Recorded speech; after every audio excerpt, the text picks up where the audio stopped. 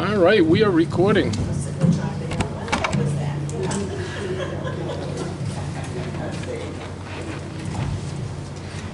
All set? Yeah, Ron, you mind if we, before we can call the order, but let's do introductions. Okay. Welcome everybody to our first fall session of our COA board meeting. So it's 2 o'clock in the afternoon, 2:04. So I just want to welcome everybody. We have some new people here, so we're going to do some introductions. I guess I'll start with, some would call it dead end, we'll go right around. Yeah, I'm Paul Kraut. Hi. Just a reminder, folks, I know it's a little awkward when you're speaking. Please pull the mic up close so we can get it on the camera. Will we do that again? Yeah. Yeah. I'm Paul Kraut. How are you? I'm Tracy Hutchinson. Cheryl Howes, Mary Schaffer. Gloria Tardy. Terry Hillman, Ron Darmenka. Mike Ellis. Kathy O'Brien. Paul Leone, Vice Chair. Ken Fournier, Barbara LeBlanc. And Denise Whitney. And Bobby, you want to pass that mic down for Denise? I'm Denise, my name is Denise Whitney. So we did that for a couple reasons, folks. I know sometimes it's hard to remember everybody who's on the board, and we've added a lot of folks here. Just from my perspective, and I'm sure that Ron shares this, thank you for taking the time and making the commitment. Although we've talked about in the orientation how the board is comprised of both regular members appointed by the mayor and associate members, we certainly respect, invite, and encourage the participation of anybody. And when there's a kind of controversial matter, we'll limit the voting to those associate members, like things of kind of significance or that have to be recorded as such. But otherwise, it really has no relevance here. We really invited you to be part of this board for a reason. One of those people today, for the first time, her inaugural meeting, Denise Whitney. Denise works at Lifelong Learning at Mount Wachusett Community College, where she's been for quite some time. I've had the pleasure of knowing her in a lot of different roles. Certainly at the college as an adjunct faculty member, she's given me enormous support and assistance over the years, for which I am so grateful. But I also know her through her commitment to St. Paul's and her community efforts locally. So Denise, thank you for taking the time and being a part of our board. We appreciate having you here. As is custom, we usually ask the newest incumbent member to read the minutes. That's not true. The several parts of the minutes. oh yeah. So has everybody had a chance to look over the minutes, either at home on their email or here in the last few minutes?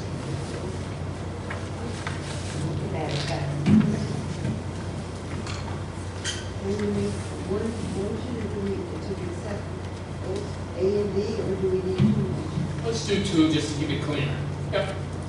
I make a motion to accept the minutes of June 4, 2023 as presented.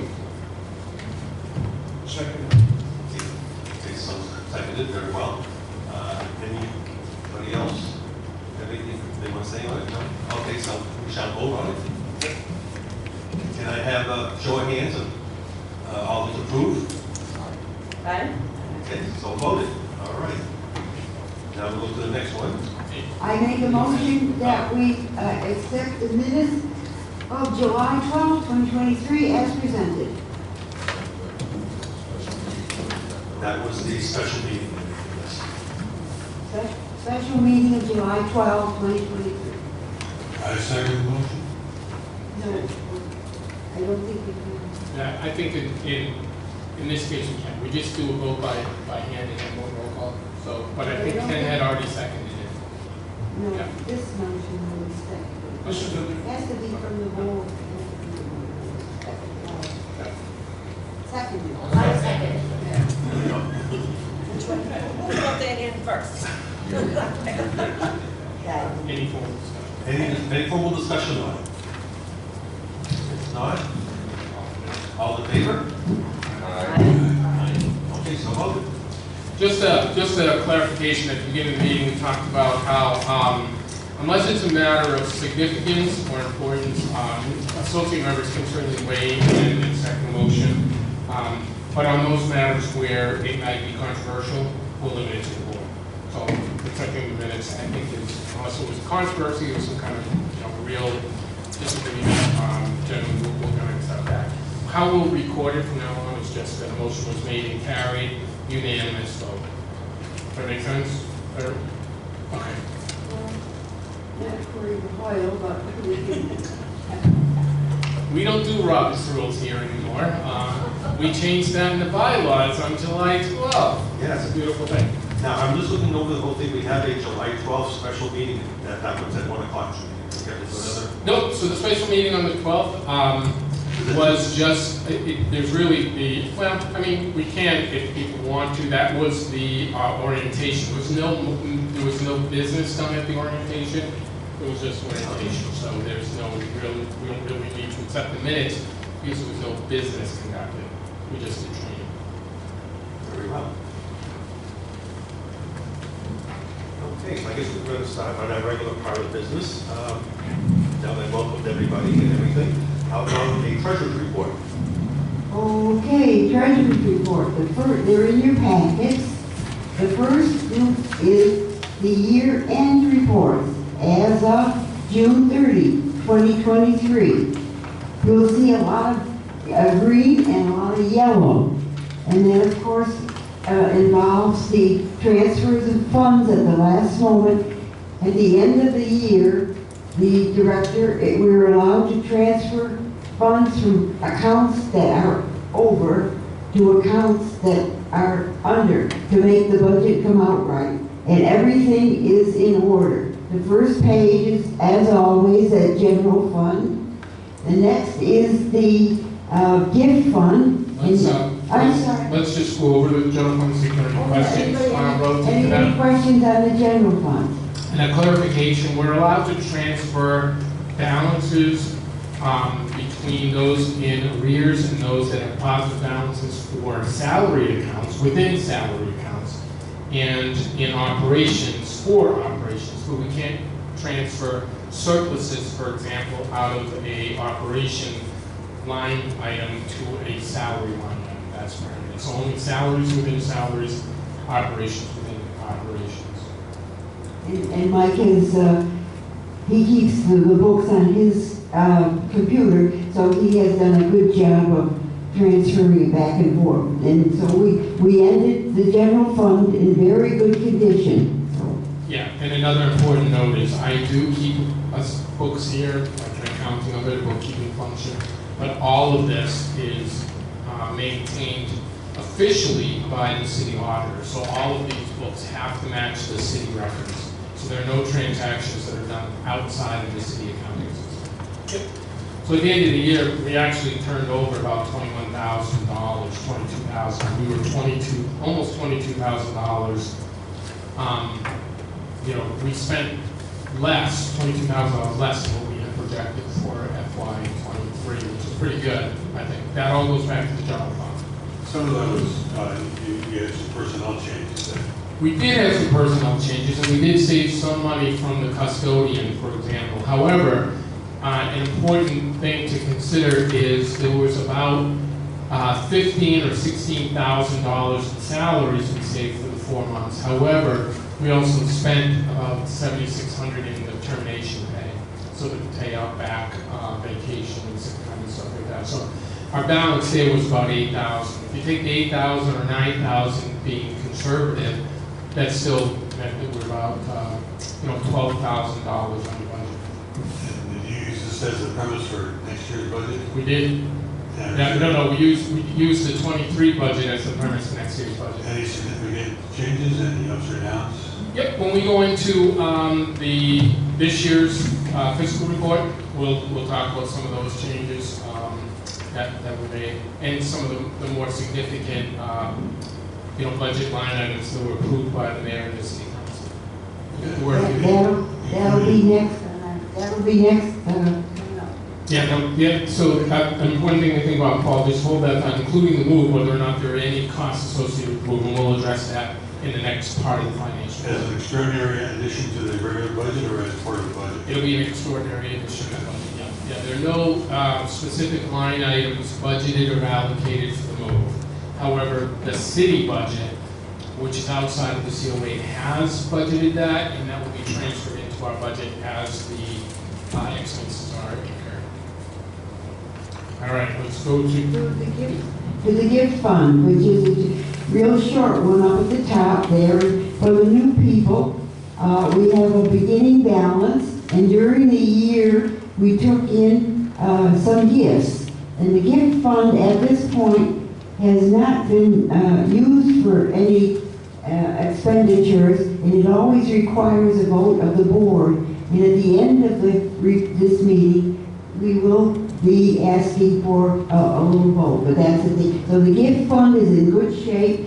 We had $66,729.92. And in 2020, when I started, that gift fund was just over a little 30,000. Yeah. So we've almost done.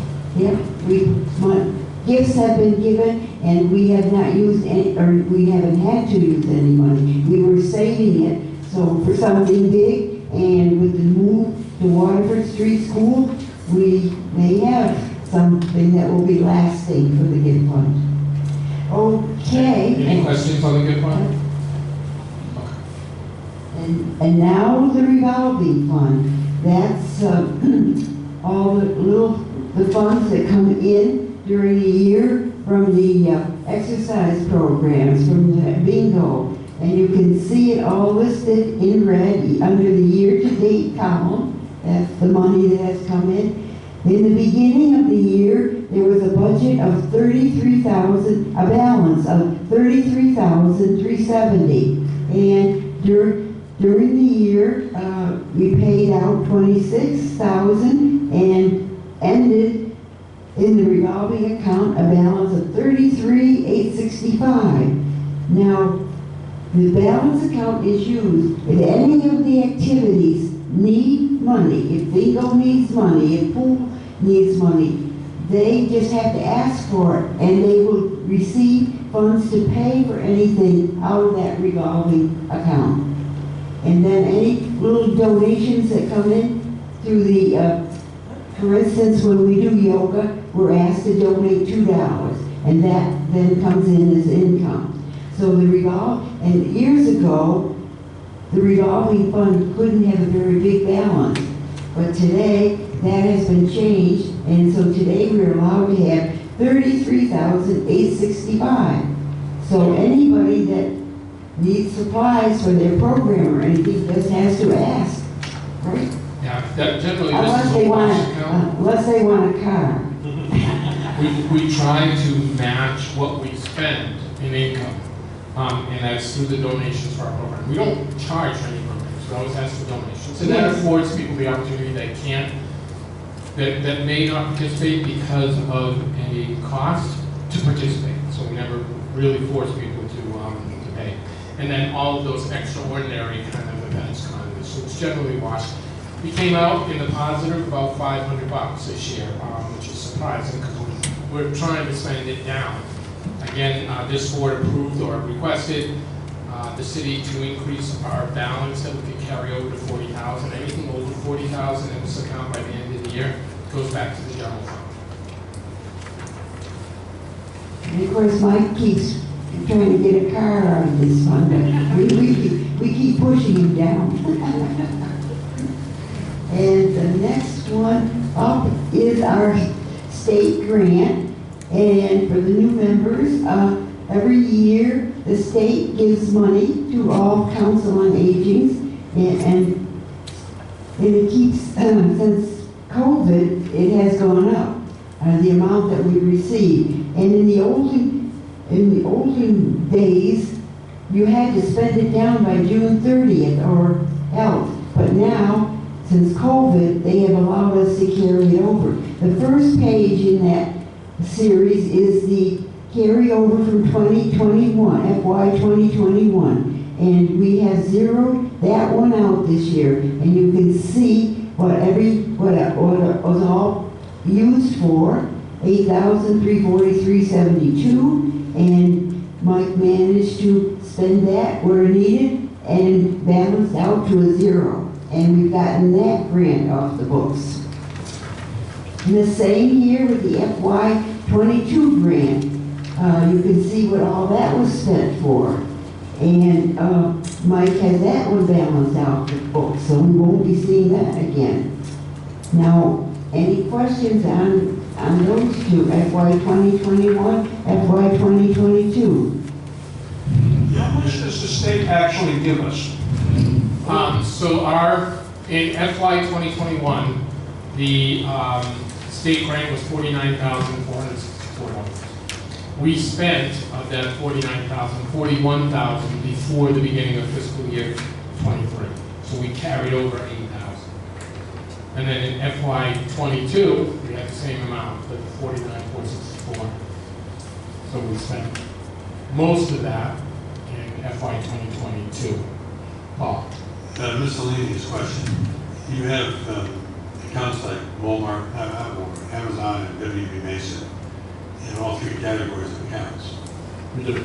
And is there a difference among those purchases, or are they just where you got the funds for that purchase? It's just how we allocated the funds. Yep. So Amazon, you see, is event supplies. So any of the items we needed, it could be tablecloths, it could be craft supplies, anything for the events that are allowable under the state grant. So, and actually in FY 23, the state changed the rules to say we're allowed to use state grant funds on any expense that the board deems appropriate for the council on aging.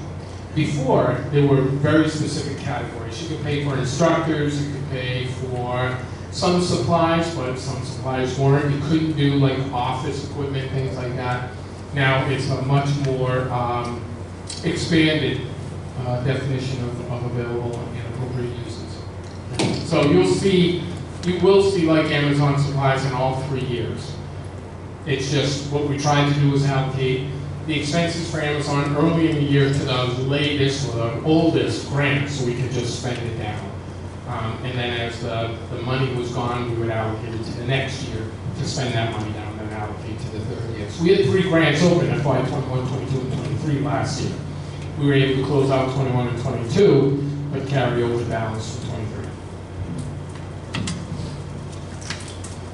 And the next page up is our FY 2023 grant, which we are still able to use. And you can see on that page, the beginning balance was $49,464, and they gave us an increase due to COVID.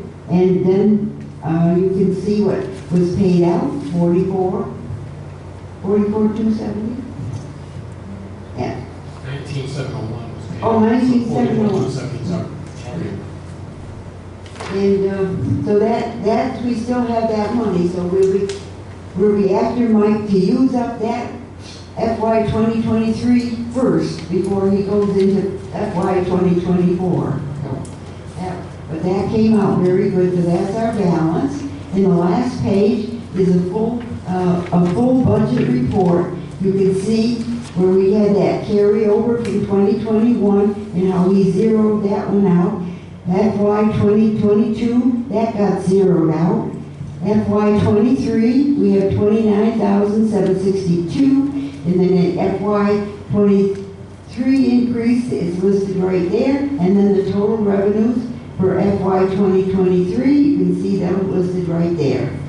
And so far, we can see what was paid out. Again, there's Amazon right at the top of the list there. So,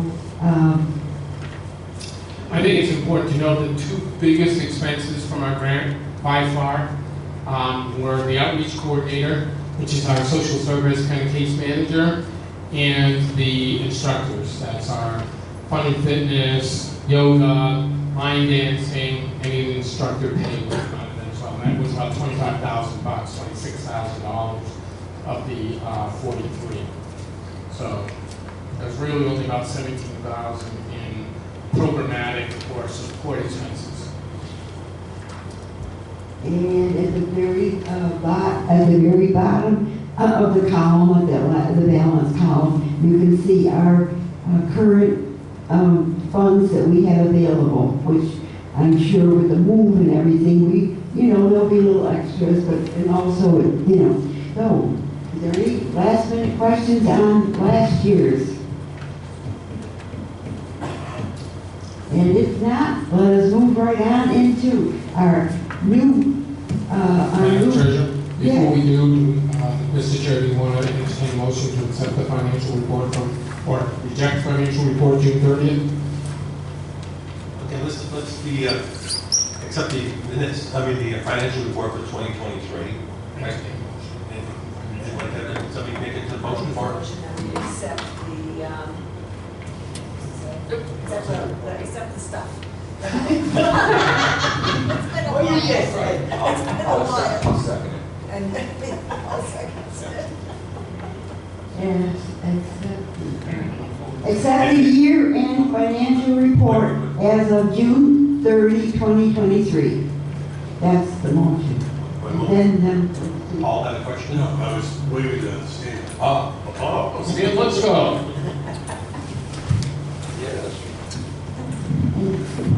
So the motion on the table is to accept the year-end financial report June 30th, 2023 as presented. It was seconded by Mr. Leone, right? Yes. Any full discussion? Any formal discussion, anyone has anything you want to say about the budget that was presented? Okay, if not, all in favor? Aye. Okay, so voted.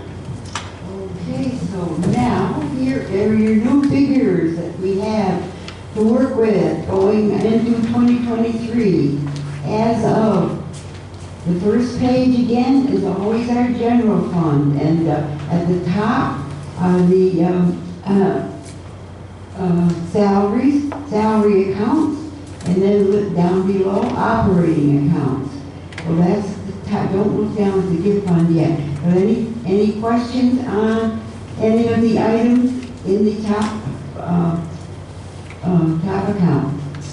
Just a note for you all, the salaries have increased. If you notice, we predicated the 2024 budget on the 2023 figures, but halfway through 2023, the staff got raises. So that would explain the difference in the beginning. Similarly, by the way, this budget will change by June 30th, 2025, 2024, as raises will be assimilated into that. So those numbers will change. The other important thing to note on this particular budget, so this is our first time seeing 2024, is the city has approved $6,000 to go towards the salary of the outreach coordinator, which is pretty exceptional. So that's $6,000 that we'll save or have available to us to pay the salary of our case handler.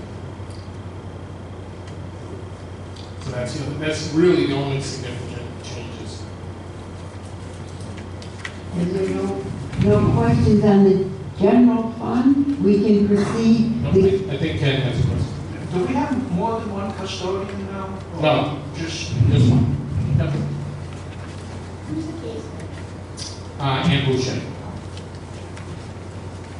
Ann worked 22 years on Massachusetts Home care. home care as a case manager. So Okay, so then proceeding on, again, here comes our gift fund, and there's been no activity in it so far, and we have a balance of $66,729.92. So there's nothing there to question unless there's been no activity, and there won't be right away. And we'll move on to the revolving fund again, and we've opened up with that ending balance from before, 38,569. We've already spent a little bit out because, of course, this, July 1st started, and then we had July and August. So a little bit of money spent out, and any questions on the revolving fund? That is again in very good shape, and we will next month, we will have a report of a little income coming in there from the different groups. Mr. Crowley has a question. Yeah, just backing up to the general fund. On the line office supplies, you said a budget of 2,000. And in August 23, 1629. I'm just trying to figure out, it looks like you just took the 22782 away. I did. I'm sorry, it should be the 22782. The 1629 is probably a carryover. So all of this, the August 23 column can have more, so that is an error. Typically what happens is you just use the formulas, and when I copy that, when you delete line items, sometimes the formula doesn't copy quite right. I'll check that, but it certainly is in 1629. Yeah. Okay. Yeah, but thank you for that. It is the 22782. I really have no idea what it is. I do. Oh, yeah, I think we did find that earlier and we forgot to change it. Take it out. Yeah. That's my fault. He was getting ready to go on a trip and he was. I am also going to say there is a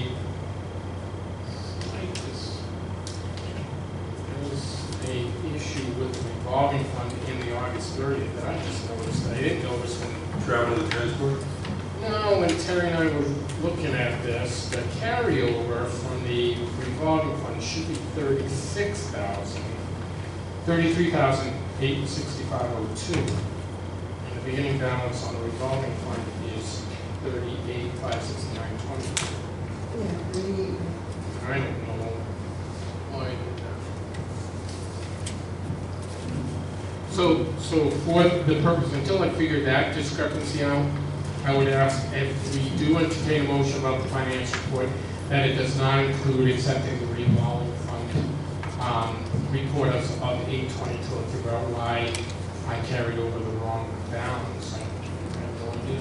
and I don't have anything in my notes either why we did that.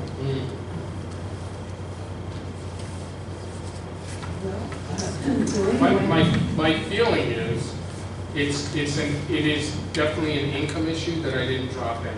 Because I'm looking to see the income, and it's not there for the summer outing and the travel and transport to Castle Island. So those two items, that should be about $3,300 right there, or more. So my feeling is I just didn't include the year-to-date income, but I will check that for sure. Yep. The expenses are right because I have to pull the expenses right off of the units. The income should be right too. It's just a matter of transferring the income. Is that in gravity?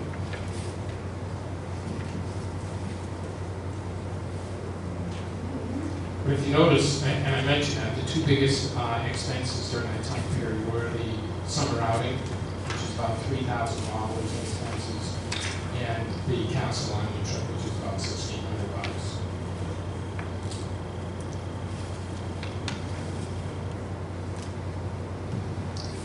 Are there any other questions on the revolving fund? No. And then turning last to our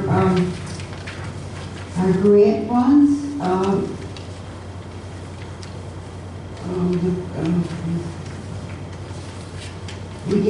The consolidated report comes up first, but then behind it is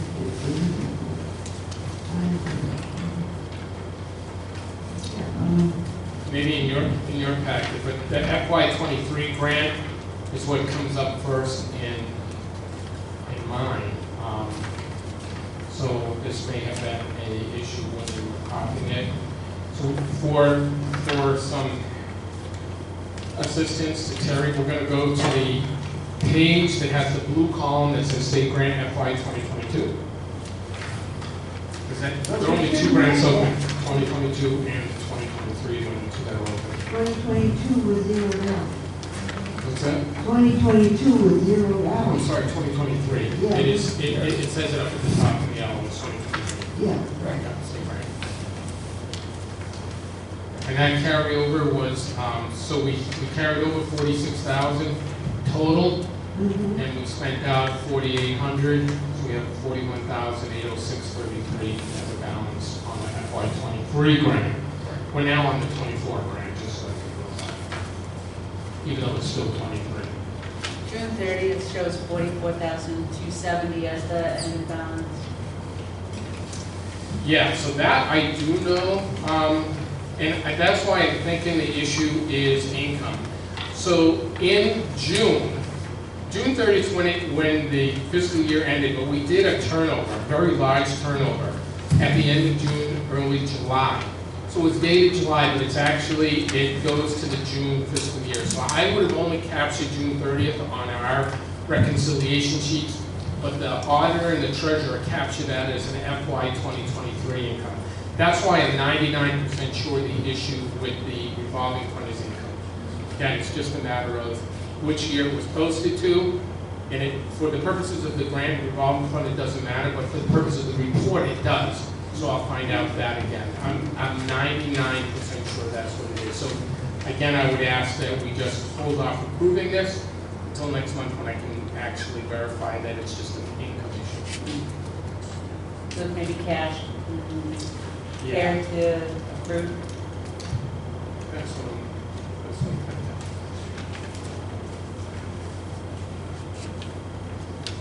Well, No, that's not what I'm thinking. 44,270, 44. If you do 27,444 minus the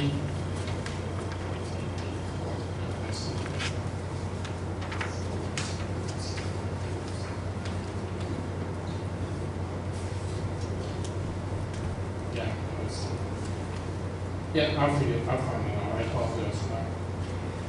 why don't we, when we make a motion, why don't we just postpone approving any of the 8/30/23 and let us have a better, for next month? So I'll ask the chair to ask for a motion to postpone approving the 8/30/23 financial figures until October. And that will, rather than have all this, having to bring pages in, just, For the benefit of this group, we're going to table, if somebody would make the motion to table the discussion and vote on the 8/30 financial. I move to table the report until next month. but he's, I'll second that. Yeah, we can do that. That's fine. Yeah. I'll second. Perfect. And we'll go over everything this month, and we'll have a report next month.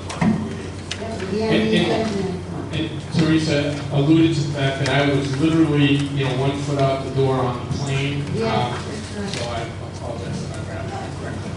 I have one question. Sure.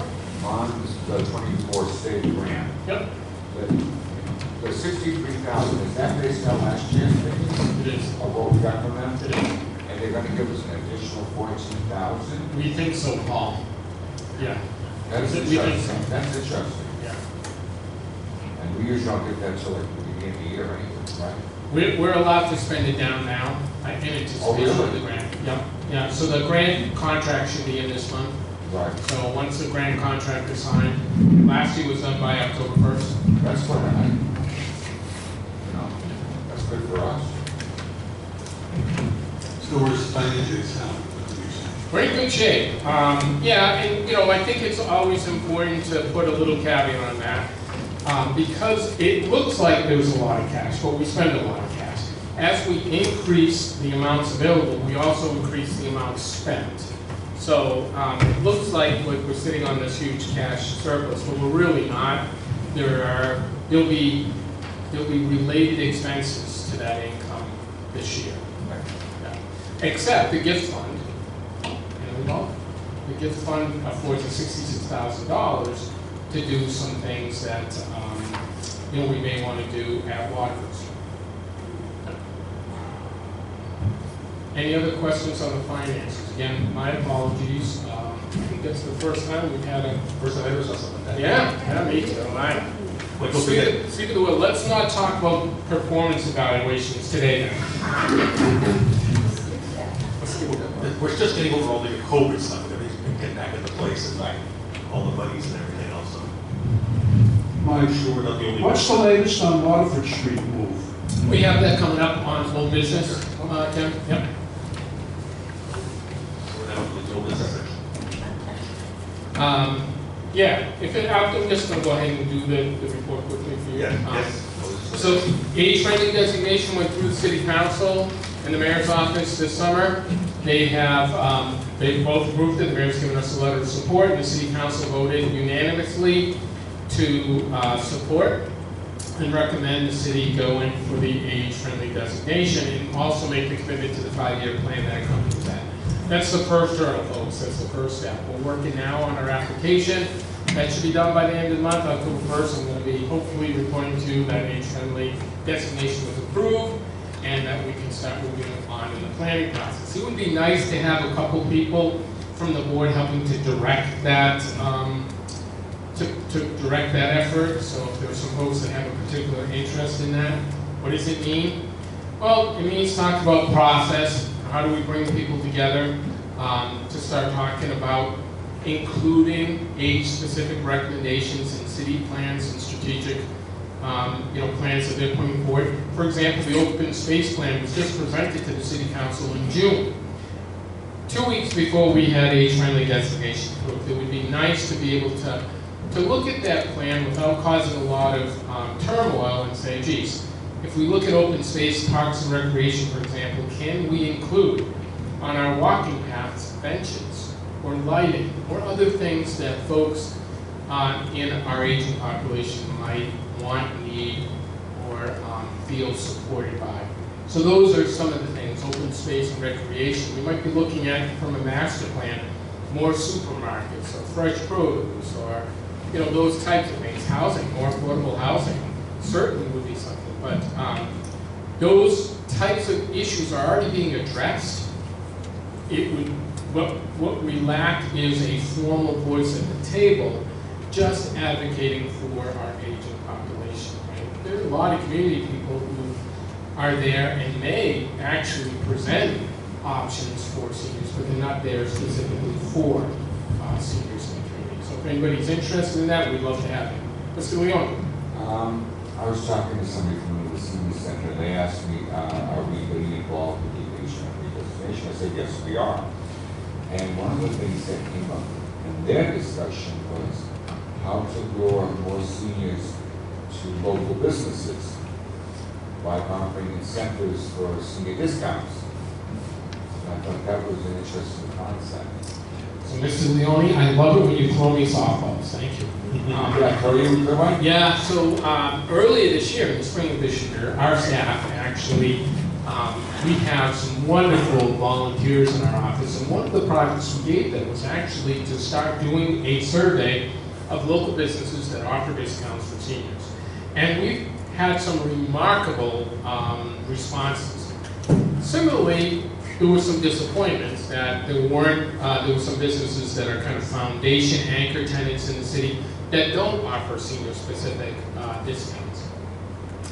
At the same time we were doing that, the Veterans Department announced that they were doing a program to find out what local businesses offer veterans discounts.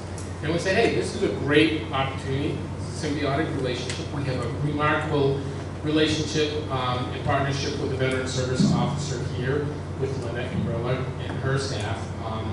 And so we kind of simultaneously did that. The Veterans Office is offering a discount card to veterans, so they're going to issue the veterans that they work with a card that will be recognized at the places that offer veterans discount. That's how they're going to entice people to do that.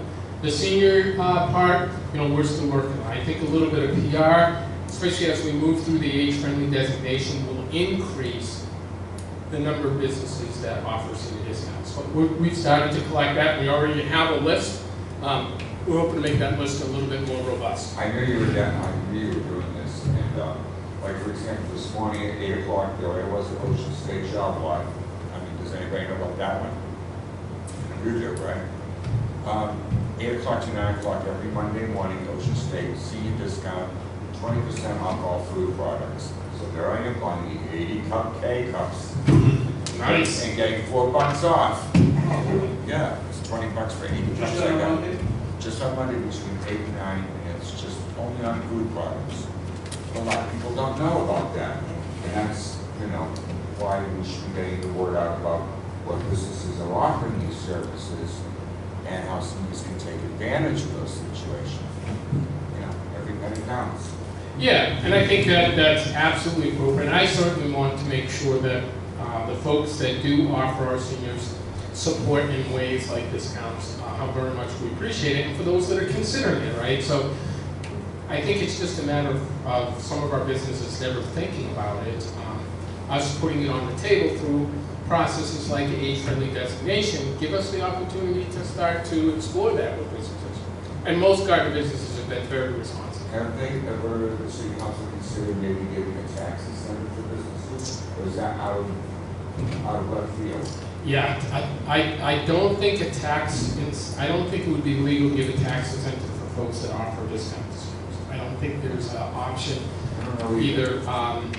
So there is a thing called tips. There are some tax options available, but typically the parameters of those tax incentives are very specific. So this will probably be too broad-based a tax relief. Yeah. Any questions? Any other questions on age-friendly designation? If you're interested, see Ron or myself later. We'd love to get you on the list and see in what ways you'd be happy to or willing to, maybe not happy, but willing to participate. Waterford Street facility update. So we were optimistically looking at October, November. There's still a lot to be done, but there's a lot going on. I think this is really an important message for us to bring back to the community, each and every one of us within your own spheres of influence. Here at the center, I try to meet with all of the different groups that gather here to give them an update frequently. So in the last 30 days, 45 days, heat splits have been installed in half the building. Most recently, all new lighting has been put in, so all the old lighting fixtures were taken out. The old fluorescent with new LEDs that are on motion detectors, which is kind of cool. As you walk down the hallway, it's like being in a Get Smart movie. The lights just, or in the supermarket, like they do in the freezer section. Kind of cool. I really love the concept. I did find out, by the way, when I drive my car down the driveway alongside the classrooms, the lights go on, so they pick up folks in the parking lot too, which I think is a good thing, right? So it just shows that there's activity outside, the lights go on, the neighbors are aware. So some work has been done on the alarm and security systems. A lot of stuff has been removed. What do we still have to do? Well, there's still a lot of work to be done. And that's why this was always a very, very optimistic timeline, October, November. Most likely it's going to be April, May now, or March, April, not April, May, March, April, that's what we're really looking for. The bathrooms still need to be done. They're working on getting bids for that now and having that work done. There's some roof work that needs to be done. There's a major work, and some door work needs to be done. Once those three things are done, we're movable. We can move in. What are we doing on our side? Well, as part of today's meeting, I'm going to ask for your consideration of using some gift funds so we can do this in anticipation of and before we get into the building, because it'll be easier to do, and I'll explain what that is in a minute. And there's a lot of surplus equipment in there. There's a lot of old school furniture in there. You may say, well, why don't they just get rid of it, put it in a dumpster? Under Massachusetts law, and most governments across this country, you can't just throw away stuff that taxpayers have invested in. There's a process for determining whether or not there's value, and if there's any value, even a penny, that then has to be declared surplus, offered to other existing residing municipal departments to see if they can use it. If no other departments can use it, then it's offered to other cities and towns and across the state. If they can't use it, it's declared surplus and it's bid out. Now, typically at that point, there's no value, or very little value, right? There's a value to an old table. There is value to an old table. But that value may be salvage value, 2 cents to the pound, 7 cents to the pound, whatever it is. So that process still has to happen. There's a lot of stuff in there. And it's kind of cool stuff. All of that, the inventory is being done. Our mayor's office, along with some of our other local elected officials and the purchasing department and the school department are compiling that surplus list now. But imagine, when it was first done, they estimated there were 700 tables in that building. So 700 tables, if you've been in the building, these are tables of all different sizes, shapes, and forms. Well, that has to be really detailed when the surplus list goes out. So you can say 14 tables that are 30 inches high in an oval shape, blue in color. 13 tables that are oval shaped and yellow color, right? That's how it has to go. I don't envy the people that are doing that, including myself. But it's going, it's moving, and I've been in there, I've seen the work, it's awesome, but most folks don't have that perspective. They're not seeing the progression of work. It's slow and it's deliberate, but it's meant to be when we're using taxpayer dollars. It's not meant to be willy-nilly, just get it done. So I know some great work has been done in Gardner. I'm so envious of the paint work, for example. The place looks good. I mean, it's going to be a remarkable building, but the reality is it's going to take time. What are some of the other things that's done? Signage, we've developed and designed the signage, so they're working on signage inside, so directional signs, locational signs. We did a lot of disposal, so when they did the lighting work, the old light fixtures had to be disposed of.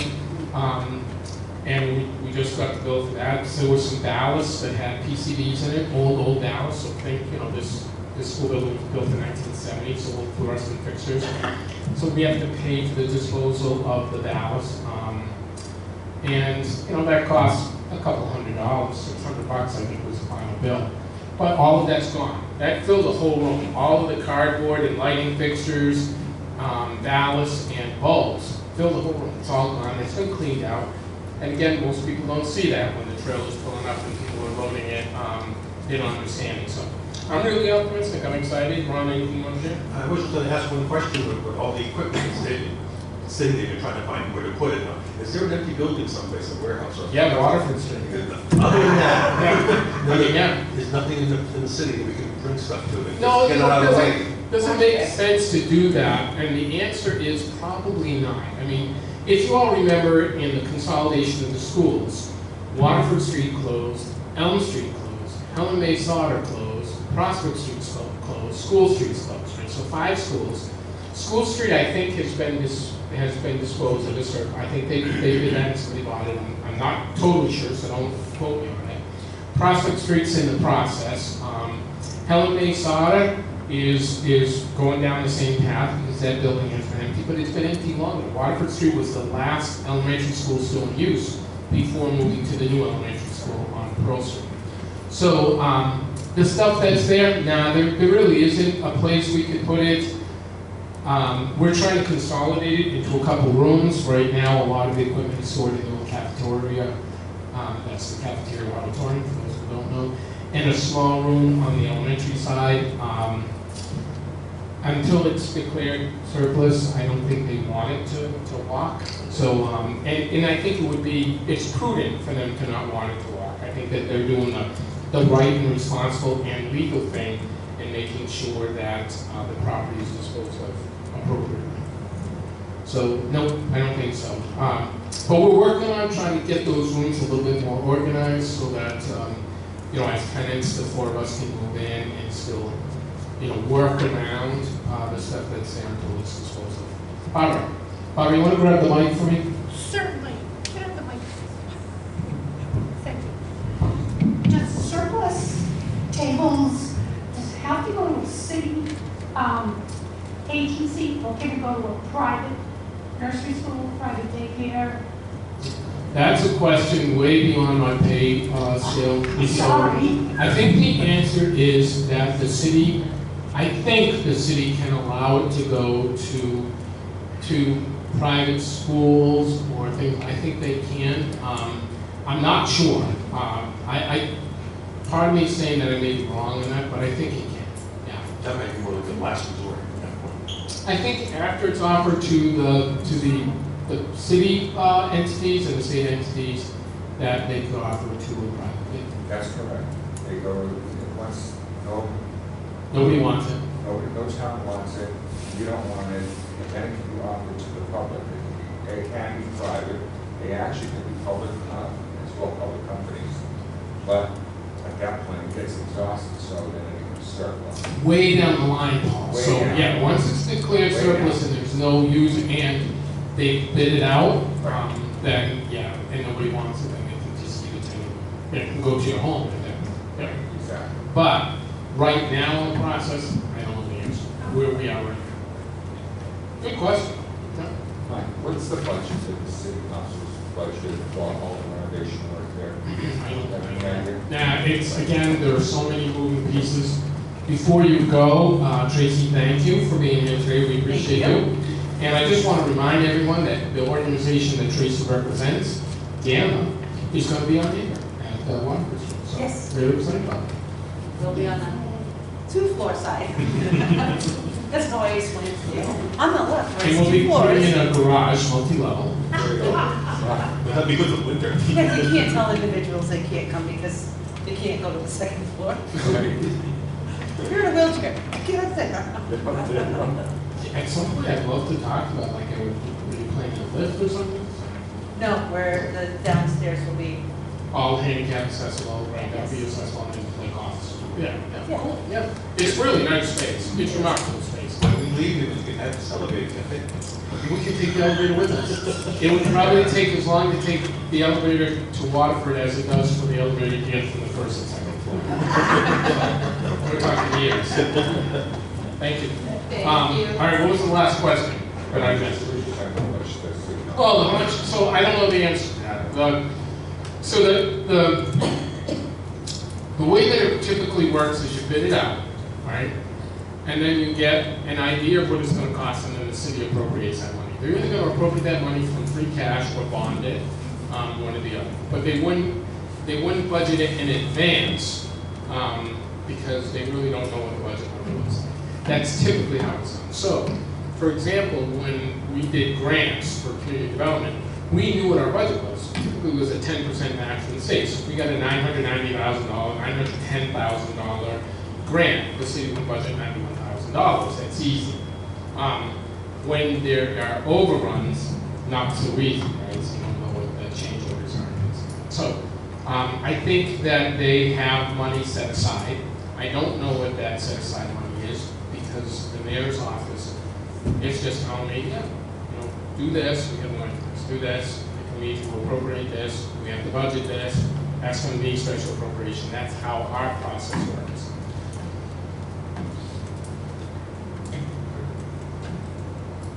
All right, any other questions about Waterford Street? Pretty soon, folks, pretty soon. It's going to happen, I promise it's going to happen. I have a question. Sure. Is there anything in the plumbing that you're planning for perhaps a water fill station where people bringing their own water containers to use instead of bottled water?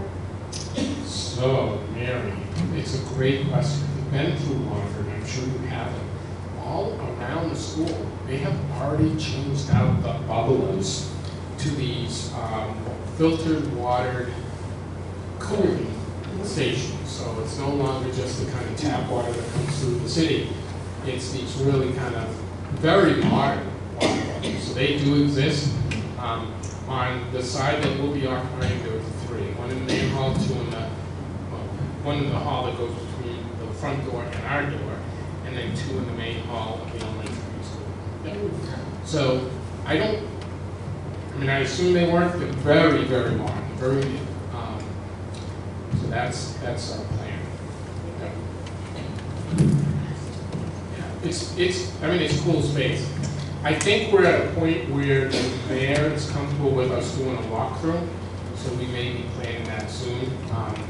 If we do that as a collective group, that would still be considered a meeting. We have to post it, but that's not an issue. I'll let you know about it. All right, board orientation. The last aspect of this board orientation is, it's typically required of a municipal board to have some kind of orientation. And we conducted 2 of those over the course of the summer, one in July, one in August. And we just go over things like our bylaws, we go over what our purpose is, how we meet that purpose, what are some of the specific events and functions we do, what is the structure, the hierarchy of the Council on Aging, who do we report to, how do we report to them, what's our relationship with the mayor's office, other city departments in the OVA. I thought it was it was about an hour training. We rushed through it, some of the ethical and legal responsibilities of the board. For those of you who were able to make it, thank you. We'll schedule another one probably sometime mid-October for those of you that couldn't make it, and I want to come if we have enough interest. But I think most of the board was able to attend. I'd love to get your feedback on it someday. We don't have to do it here now, but for those of you who've been on the board for a while, it'd be interesting to hear your perspective after the training, whether or not there was anything new and exciting, or it was just more of just a refresher. It was appropriate to have it that we did, because we had just gone over the bylaws and everything too, which was nice, and we could kind of incorporate some of those things. Yes, we did, yeah. There was a lot in there. And typically, I think we're going to make that our July meeting from now on, is have a board orientation, kind of day. So, we'll have food and bring folks together, but it gives us a little bit of an opportunity to be less formal and do that discussion. And I want to say thank you to Paul, who's very knowledgeable rules and regulations, he had a lot of feedback for us. That was the most comprehensive bylaw revision this agency has seen since it adopted the bylaws. So it was a lot of changes there. Thank you, Paul. A question about the certificates, are we turning those into you, Mike? Yes. Any the training that we did that's been certified? Yes, Paperwork to you? Yep, there are two documents you need to return to me. There's a receipt that was part of the board orientation materials that just confirms you received those. And then a copy of your ethics training certificate. So if you haven't done that, please do that. We have October 1st as kind of the artificial deadline for that, when every board member, whether you're appointed by the mayor or as an associate member, is required to do the ethics training. It just means that you can't take any gifts in your capacity as a board member. Basically, that's what it means, but it's pretty comprehensive. I think the state has done a fine job now. I used to think it was ridiculous, but it's gotten a lot better. It's really, I think, much better training. Is that the computer training that we did like a year ago? Or? Yep, they're required to do that every year. Yep, you're required to renew your ethics training every year. Yep. What was the other one about the July? That was the orientation. The July meeting was just the orientation. So what we did is we went over all of the constructs. What about you need something? So at the board orientation, you got a packet, and there was the very last sheet of the first section. Some did, some didn't. I can't tell you who This did. one right here? That's the receipt. Yep. There you go. Which I didn't sign yet. Barbara LeBlanc, Don't sign it yet, because I might need a need a copy. copy. You can scan that. Need one as well? Make several copies of that, Barbara. I've been trying to train for 30 some odd years and haven't done it yet. Yeah, the training. So all of you were in Alaska. Oh, okay. Yeah, we scheduled it purposely, so, because we didn't get a postcard. How was your trip like? No, we'll talk about that after. I apologize. So yeah, so we'll do another training. I mean, the idea here is just to get everybody onboarded now, and then we'll do it annually, right? That'll be our annual meeting. But for now, it's just, let's get as many people as we can trained. If you're not, we're not gonna go to training jail either, so. But I'd like to do that, because I think it gives you a better overview of what your role is. Any other questions on the board orientation and training? Okay, then we'll move on to the new business. All right, last item in your packet, if you take a look at that, please. I spoke to the mayor, and I asked the mayor whether or not, based on the recommendations by members of the board, whether or not we could use some gift funds to do the painting. And I want to thank the folks that suggested using a match to see if we could help the city, through their general appropriation, reduce the cost for the painting of the space while using some of the gift funds. So we just did 3 quotes. The quotes were around $20,000 to $24,000 to paint our entire space. That's ceilings, walls, a main color, an accent color, a trim color. My feeling is that cost is going to be much more than $25,000. And the reason is the folks that came in there weren't sure whether or not it would be prevailing wage. it is a prevailing wage job, except if you're the owner. You don't have to pay yourself prevailing wages, you have to pay all of your employees prevailing wages. So that's going to bump it up by 30%, 40%. I think the cost is probably going to be closer to a $35,000 cost.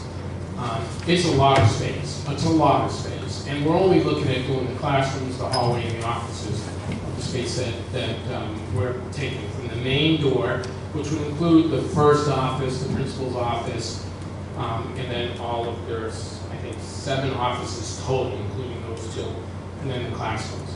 So under the direction of our chairman, we put together this this resolution to authorize me to spend up to $25,000 of gift fund money to match the city money to do the painting at Waterford Street School. So and the actual vote is to use this money for painting not to exceed $25,000. That's ultimately what the vote has to be. So if it exceeds $25,000, it would be a no-go. We'd have to come back to the board to get a authorization. Mr. Crowley has a question. Are there any restrictions on the gifts for their use, the general purpose gifts? Yep. You know, as an old-time member of the COA, the only restriction on the gifts is that it be used for something permanent and that it be voted by the board, the Council on Aging. And certainly having these rooms painted, which will last hopefully for several years, is a permanent thing, and I think it's wonderful that this, we vote for this and that the painting be done. And it will be a wonderful use of some of our gift account money. We have never, the COA has never used any gift account money to date. So this will be a wonderful, and I always kept saying, we will use this money when we get down to Waterford. So this will be a wonderful. So. Yeah, I think it's a very, I've been very conservative on even asking or addressing the gift fund. I think that it's meant to be, a long-term project. So I think this would be a good use for it. Otherwise, I don't think I would have. Certainly, Ron and I had the discussions. I think it's a good use of it. We have to authorize the vote before I can go to the mayor, and the mayor can authorize any funds. So if it's something you would consider, if it's not, I understand that too. There are going to be some other expenses, extraordinary expenses down. We'll probably need some furnishing, some office equipment. We'll probably need to, maybe get a new pool table. The pool table could be up to $7,000. There are 3 tables downstairs. Downstairs, they're in good shape, but we're not moving them. One of them, I'm afraid, if we try to move, it's probably not going to make the move. But they've been there. They've been there for over 10 years. We haven't replaced the table or done any major, significant upgrades. And it's going to cost us about $5,000 to move those tables, just the tables. Yeah. So.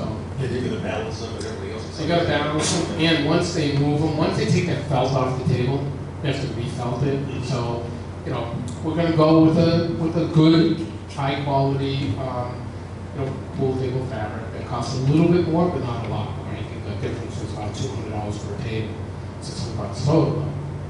May I be honored to, since I've been on here so long, may I be honored to make this motion, please? Thank you.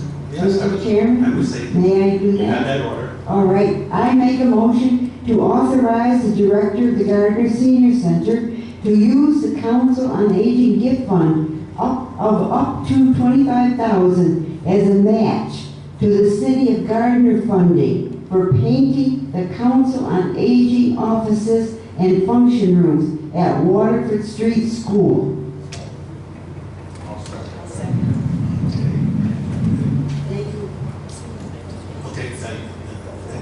Any discussion on the output involved? Do we have to advise the donors of any expenditures?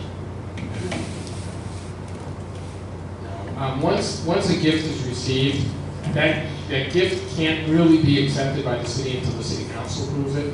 So the city council approves it, and if there were any restrictions, it would go into a restricted fund. It's a general use gift fund, and we kind of purposely do that because it would just be too difficult for municipality to manage and track those gifts. So it's whichever covers, yeah. But, just an interesting note, just notice this, the gift fund is controlled entirely by this board. It's the one and only fund that this board can approve or not approve. Anything else, it's all city. But, you know, we have like $66,700. If we give them $25,000, we're still going to have like $42,000 in the account, Yep. right? That's correct. If we give up to 20, if we give 25, the cost is $50,000, but it would be less than 25, hopefully, if our projection is right at the Right. 30,000. Any other discussions on it? Okay, can we vote on it? No, that was just a motion. Can I have a show of hands on voting on it? Okay, so voted, we are going to have some money to have our place all painted up brand new. Hopefully some nice, I some think nice bright colors. that's wonderful. Thank you, everybody. You're welcome, Terry. I think any colors for the rooms? No, but when we talk about age-friendly and dementia-friendly, there are recommendations, and that has also, it makes it a little bit more difficult. So we're going to try to find age-friendly, dementia-friendly colors. There's also a concept out there for dementia-friendly about doors and access and egress doors, about painting them with a kind of mural design that would not be inviting to somebody who is struggling with dementia, right? So a lot of problems they have with dementia units are people walking. So there are ways, and Dementia Friendly actually recommends what that looks like. So I think that will also increase the cost a little bit, but not a lot. And we're working on those colors now. If anybody has a particular interest in that, because my office is lime green, it's Caribbean colors, lime green and white, I love it. The first thing people walk in my house and they see my office, they say, you know, what's Kermit the Frog in here, but it's a beautiful green, I love it. Maybe you don't want me picking the colors for the senior center. Well, Maybe you do. We'll have to go to Michael's and pick up a palm tree plantation. Yeah, no, please. All right, that's awesome. All right, I'm going to probably dispense with the director's report today, but I do want to let you know the mail manager memorandum of understanding why that was on there. For years, the Council on Aging has contracted with MOC, making opportunities count, which is now something new. And they are a great service, and our folks that we work with are exceptional. On the record, I just want to make sure that people know and understand how much I appreciate the relationships we had with Ann Hall, who passed away. She was the mail manager that served me when I started. Shelley Cormier, who's awesome. Tracy Delaveau, Alex Welsh, just a great group of people. But COVID has really changed the dynamic of our meals and the meals that they offer. When COVID first started, we weren't doing congregate meals anymore. So the folks that were getting meals at the center went to a Meals on Wheels kind of delivery. A lot of those folks didn't come off of Meals on Wheels. They're not coming to the center to eat. And we're not feeding a lot of people on this program, partly because they're prepackaged meals. And if you're getting a prepackaged meal, the same meal you get on Meals on Wheels, why come out for that? So we've really been working to change that model. As a result, we've let MOC know we're not renewing the memorandum of understanding, which expires at the end of September. October 1st, we're hoping to deploy a new meal management concept that affords home-cooked meals to folks to eat here in the center. Cooked and prepared in our kitchen, fresh, so that it is an enticement for people to not only come out and get good food, but to really start to address the isolation, social isolation that many of our seniors are experiencing. And partly because we're not giving them a reason to come out of their homes. I'm hoping that this will do it. And so far, this organization's meals have been exceptional. So we're hoping to kind of ride on their coattails and capitalize on their experience, and also support organizations with which we have a relationship. We're not going out of town. We're not going out to some new organization or organization alone. There are still some aspects of the new MOU for meal management that haven't been ironed out that we're still working on. But by October, we'll have that new MOU in place, and we'll be able to announce that But again, it really isn't a reflection on Mark. Just so appreciative of all the support they've given us in our center over the years. But I don't think it's responsible for me to continue to spend the money we're spending for the small numbers of people we're getting. So we're hoping to expand that program. If we can't do it in the next year, then we may be talking next year in September about totally eliminating the congregate meal program. I'm hoping that's not going to be the case. Let's hold off on that part until after Yep. we water straight, Yep. make sure we might get better traffic I think so. with the new bus system and all. Yep. Yeah. All right, so director's report, there's a lot to report. As you know, my director's report is usually 40 minutes long, and it could easily be 40 minutes long today.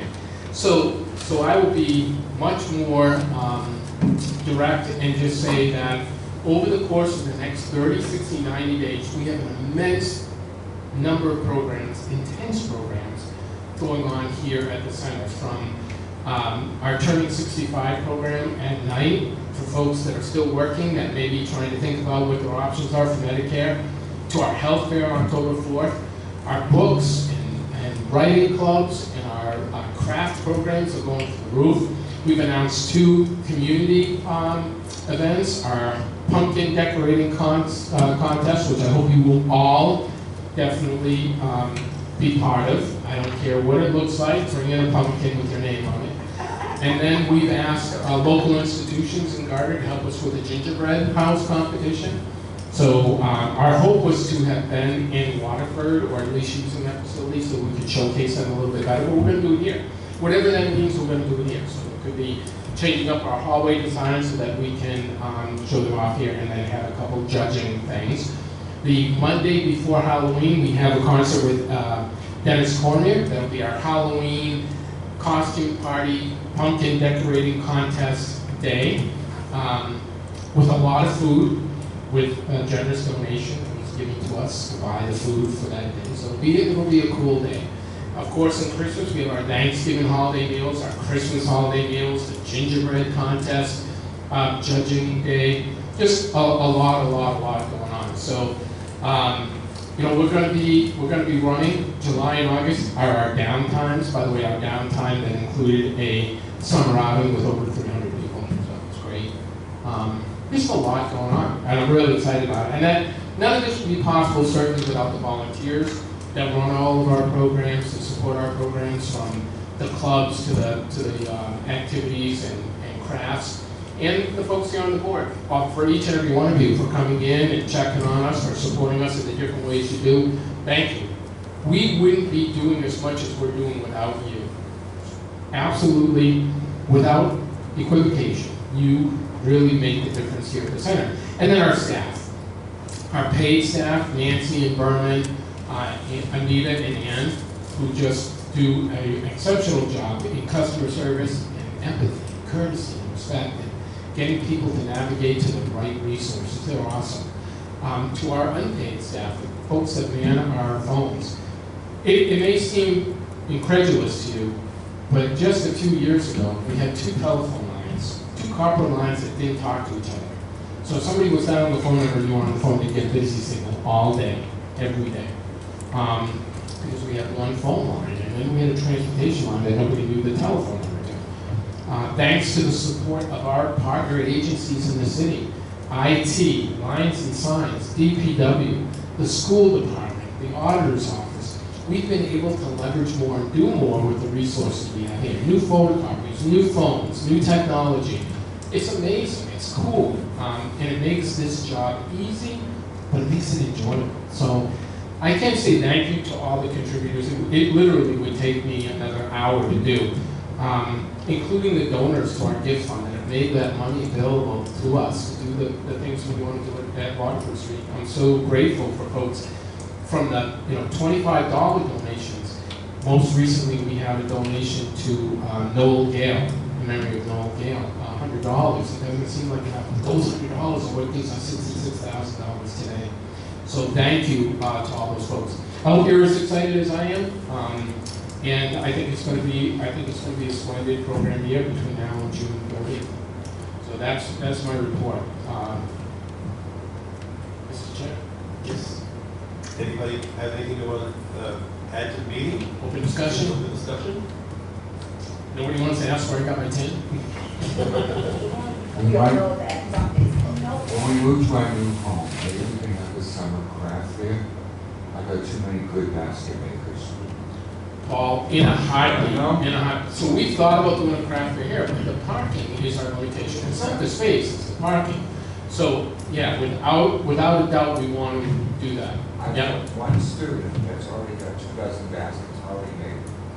From the craft classes here? Not from the recent one, but from June's class. Are you kidding? Wow. She took to it and she's doing really good work.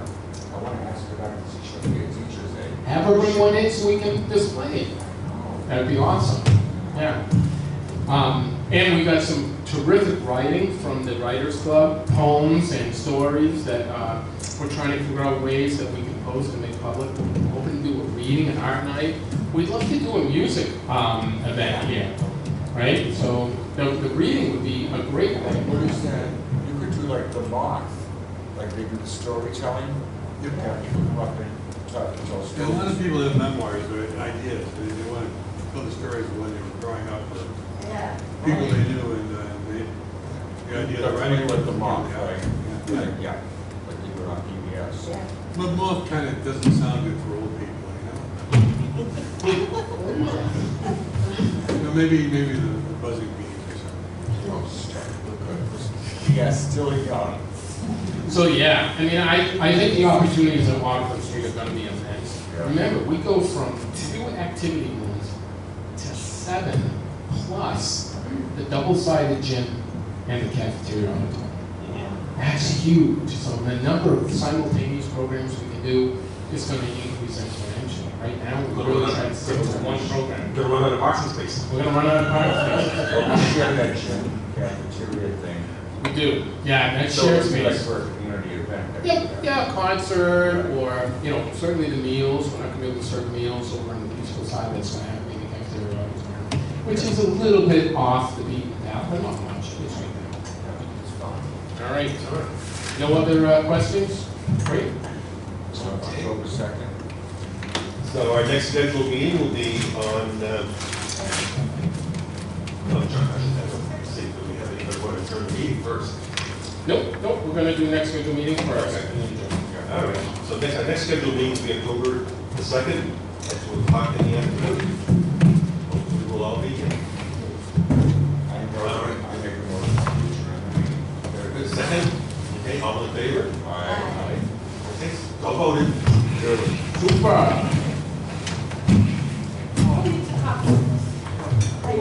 I think I signed it. Oh, wait, I must sign it.